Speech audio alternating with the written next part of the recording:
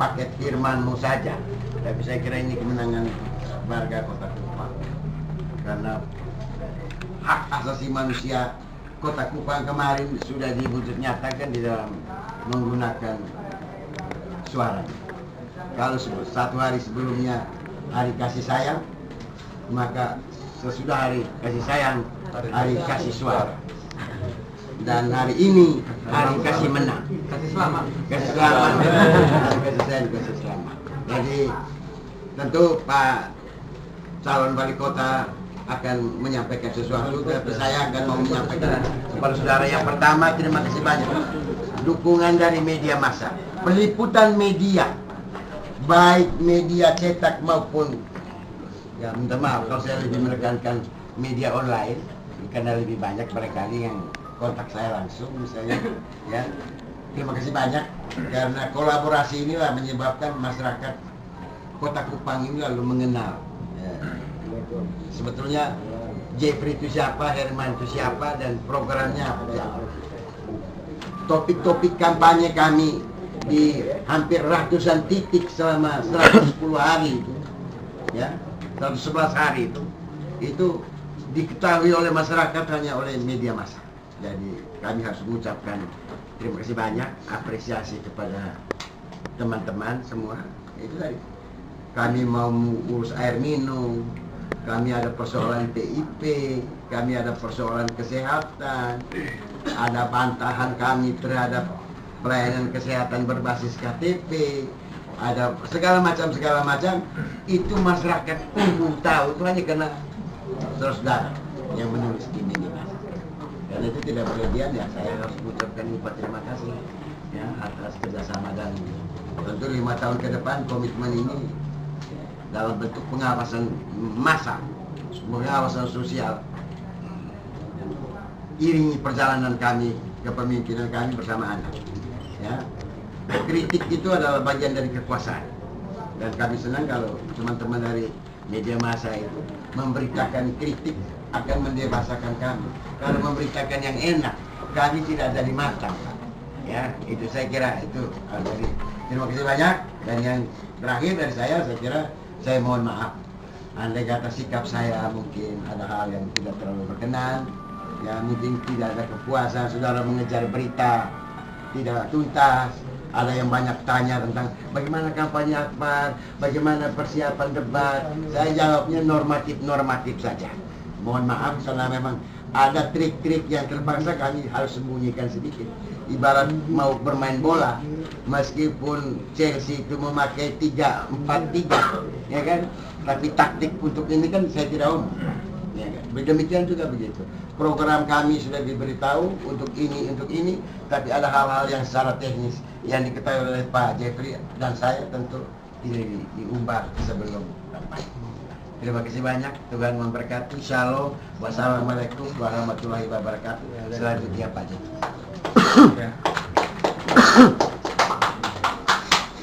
Selamat siang, selamat sore teman-teman media seluruhnya yang sangat saya hormati. Satu kebanggaan bahwa pada hari ini kita bisa jumpa kembali dalam satu konferensi pers yang akan kami sampaikan sesuai press release hasil real count yang dilaksanakan oleh Rumah Aspirasi. Dan dari real count ini menunjukkan bahwa paket nomor 1 itu 53% dan paket nomor 2 47%, ya 46, sekian. Ya, ini satu angka yang cukup besar kalau dilihat dari jumlah suara, perbedaannya hampir 10.000 suara. Nah, artinya ini bahwa paket nomor 1 hampir pasti dinyatakan sebagai pemenang.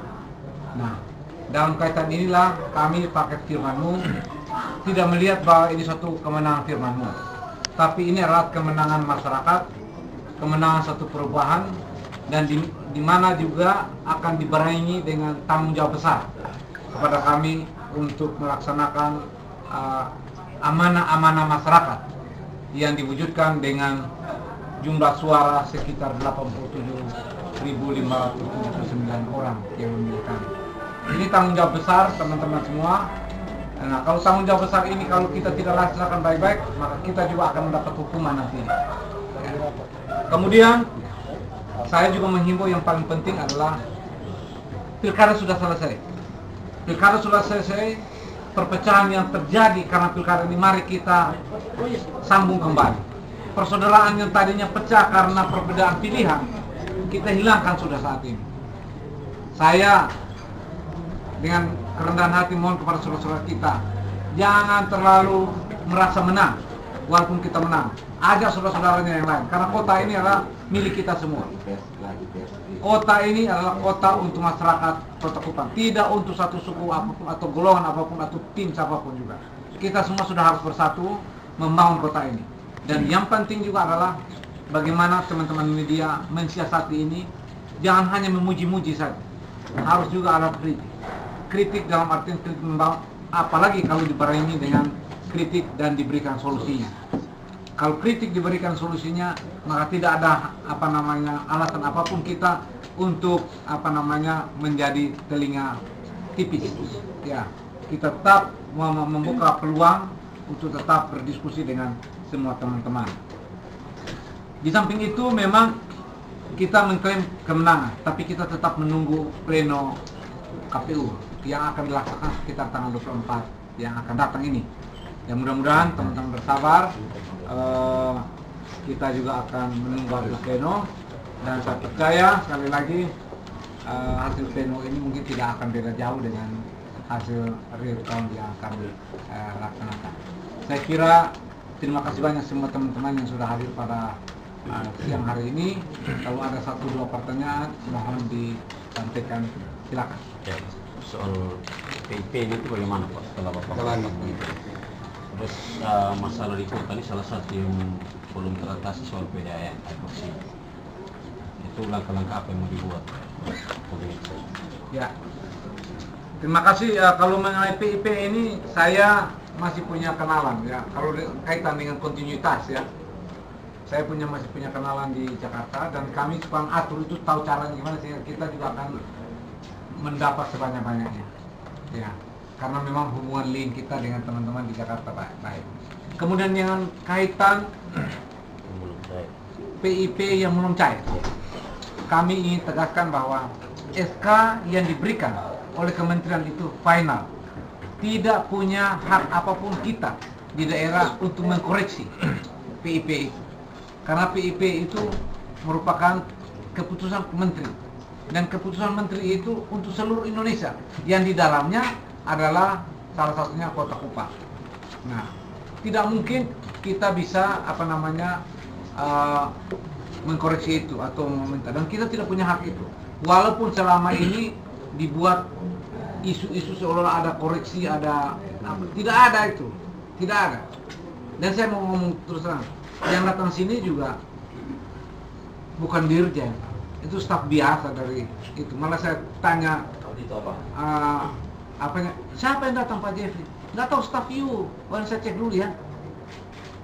Gitu. Jadi artinya peluang kecil untuk apa? Dan saya pikir apa salahnya sih kita bagi alasan dengan kaya saya juga nggak merasa kaya, staf pun nggak merasa kaya Pak. Dan kita nggak usah, kita tetap pada patokan itu SK dari kementerian. Kementerian sudah melalui suatu proses termasuk evaluasi, analisa dengan menentukan anak itu dapat layak atau tidak. Setahu saya yang tidak layak itu hanya sekitar 2.000 orang dari 67.000 lebih itu. 69.000 yang kami usulkan, ya sekitar 2.000 ya, itu sudah melalui verifikasi. Yang tidak layak karena umur, yang tidak layak karena macam-macam saya nggak perlu tahu. Tapi begitu sudah ada SK, kita tidak punya hak untuk mengkoreksi SK orang. Kecuali yang bersangkutan sendiri yang koreksi. Artinya setelah Bapak memimpin, ini akan cair? Jadi begini, tadi saya ditanya oleh teman-teman wartawan tentang PIP. Saya menyatakan dengan teman-teman wartawan, tolong ditulis himbauan wakil wali kota Kupang aktif. Yang lalu itu kan saya sebagai calon wakil wali kota, saya beritahu, saya himbau sebagai wakil wali kota kepada semua kepala sekolah, tolong buat keterangan itu. Karena itu adalah murid saudara. Jadi jangan sampai, saya bilang tadi, jangan sampai Wakil Wali Kota bisa marah loh. Itu hak rakyat. Jujur, saudara boleh tulis. Saya tidak ada benci orang, tapi Marah boleh. hak orang. Begini, saudara, mungkin ada mispersepsi. Saya tangkap dari 3-4 kepala sekolah. Ada yang bilang gini, Pak, kok anaknya pengusaha besar di toko Kota Kupang itu di Giovanni itu dibayar? Saya bilang begini, dicek. Orang itu punya anak di SMA, punya anak di SMP, punya anak di SD.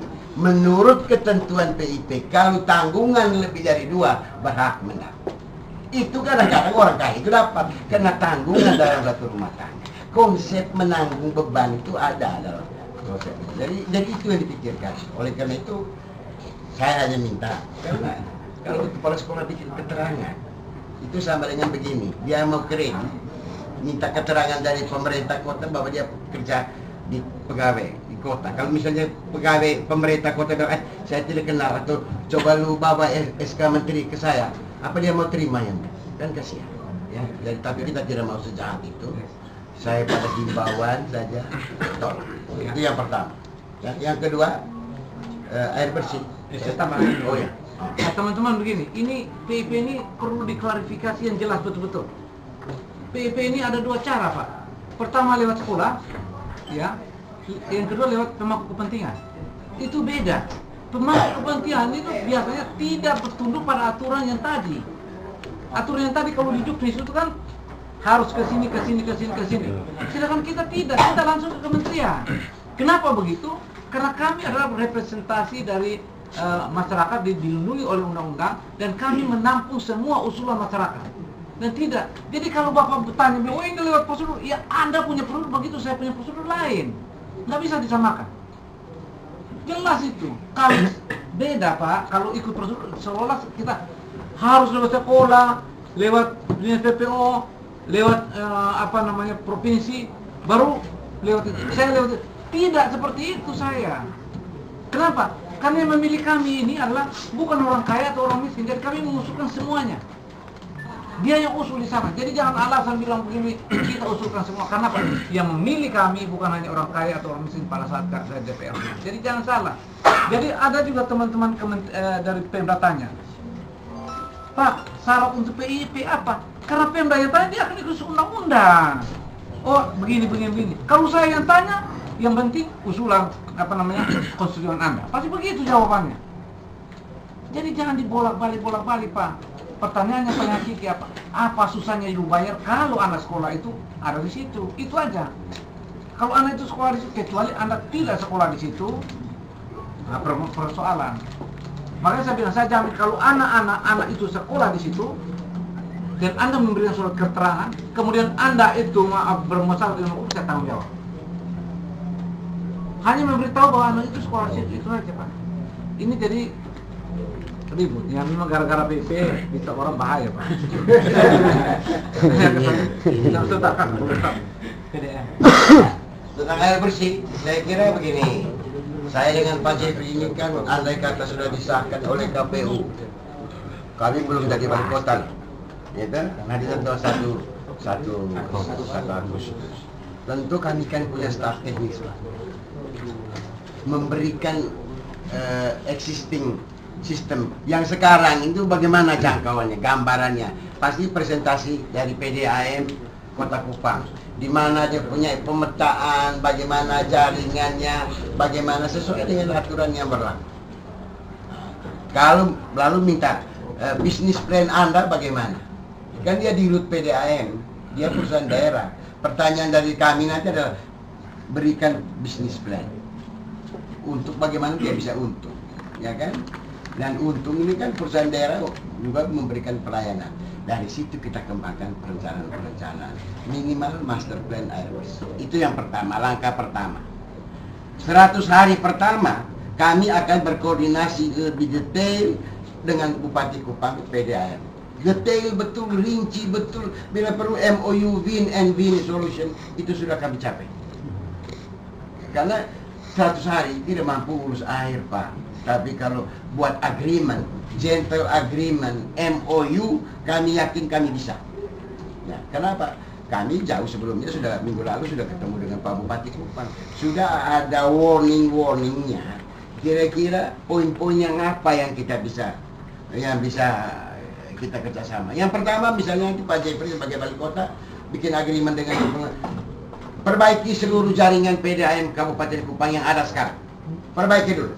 Setelah dia perbaiki, dia tunjukkan ke kita lagi. Sudah sejauh mana progres perbaikan. Berapa konsumen yang dilayani. Berapa liter per detik outputnya dan segala macam.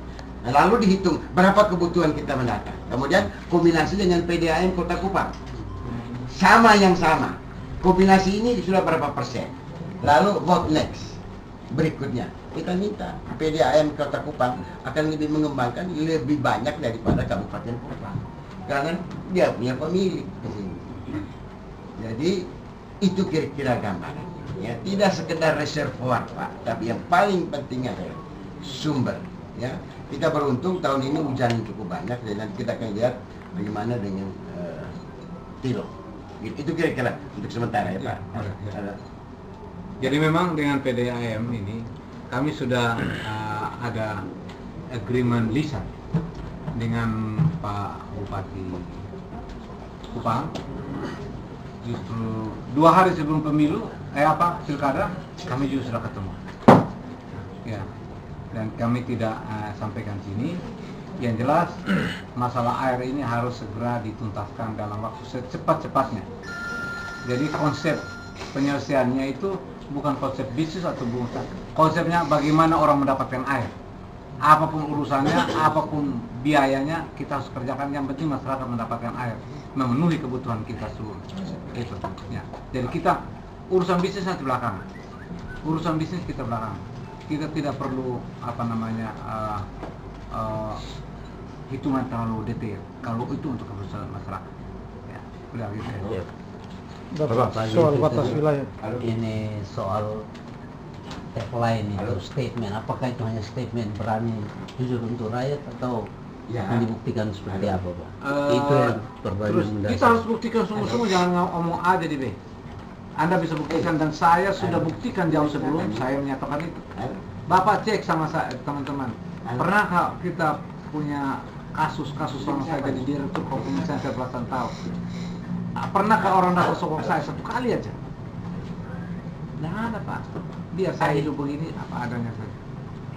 Oke. Jadi Akhir bulan kita ketemu dengan tetap prinsip bahwa kita akan bekerja dengan jujur untuk masyarakat, bekerja untuk kebutuhan saudara-saudara kita yang kita butuh.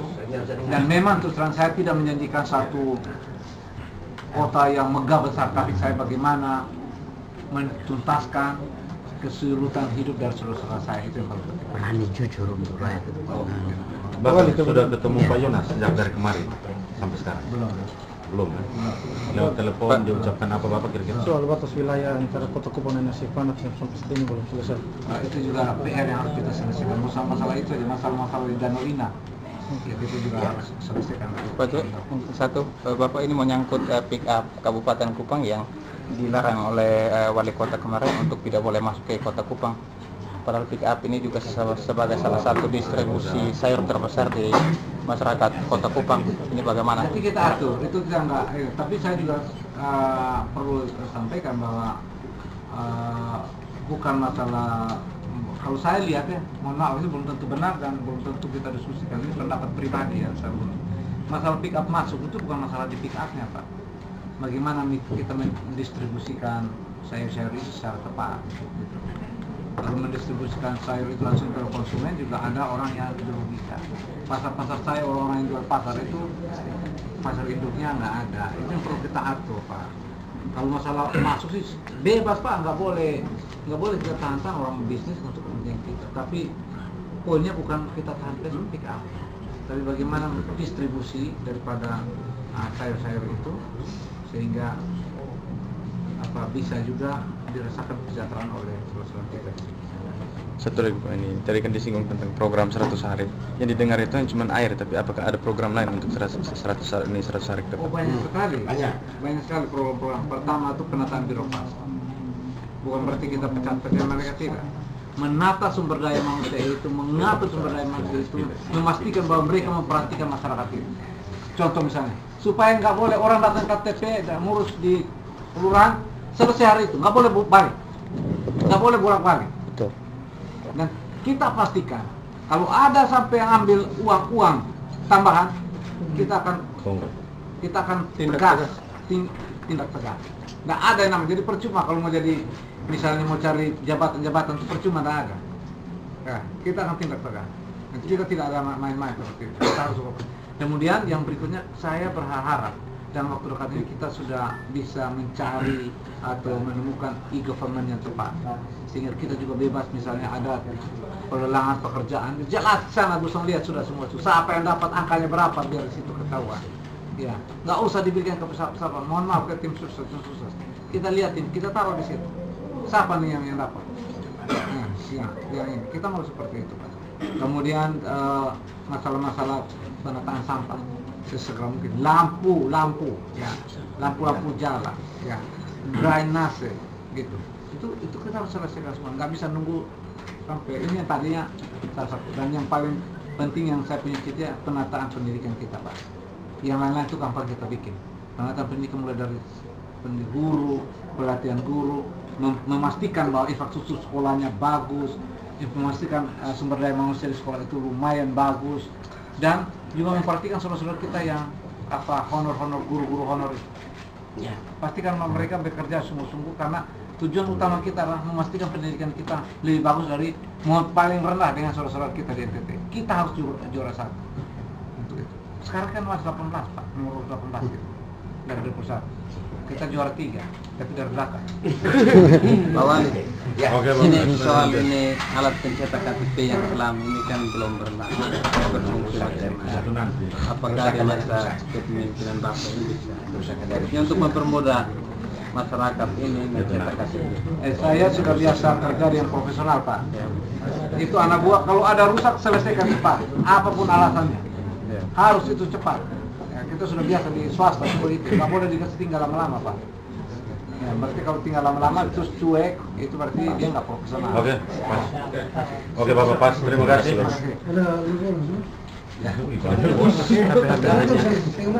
Oke, terima kasih. Selamat siang. Teman-teman,